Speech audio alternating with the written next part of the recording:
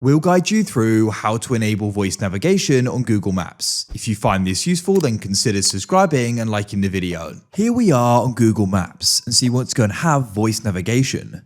This is really convenient, and what it means is that when you've got navigation mode open and running, you'll go and hear the sound from your device. And if it's connected to your car, it'll go through your car as well. And so it's really convenient as you don't need to be looking at your phone screen. Whether you've got it on pedestrian mode or cycle mode and your phone's in your pocket, you can still go and hear what's going on and while you're driving as well. So we're going to guide you through this step by step with what you need to do. Make sure this full video as there are some important things you need to know later on as well.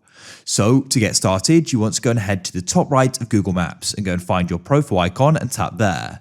This page will go and open up, and what you need to do is go down and go and find the option for settings. You can follow this whether you're on an Android or an iPhone as well, it doesn't matter. Open settings. Then in here, what you need to do is go and find the option for navigation. As you can see, the second option. What you can then do is you want to make sure guidance audio is set to unmute. You want to go and switch on play alerts even while muted. And then what you want to do is you can go and set this to louder or normal. I like to have it louder. Make sure you have play voice over Bluetooth switched on if you connect to a Bluetooth device, whether that's your car or headphones. And you can also go and switch on play Bluetooth phone call, just so it goes and comes through correctly. Then what you can do is go and close out of this like so. And now when you go and start navigating, it should go and be playing through.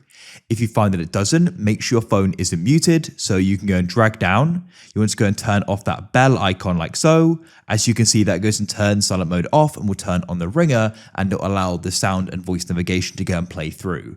So that's it. Hopefully now it's going to be enabled. If you found this useful, then leave a like for more. I look forward to helping you again.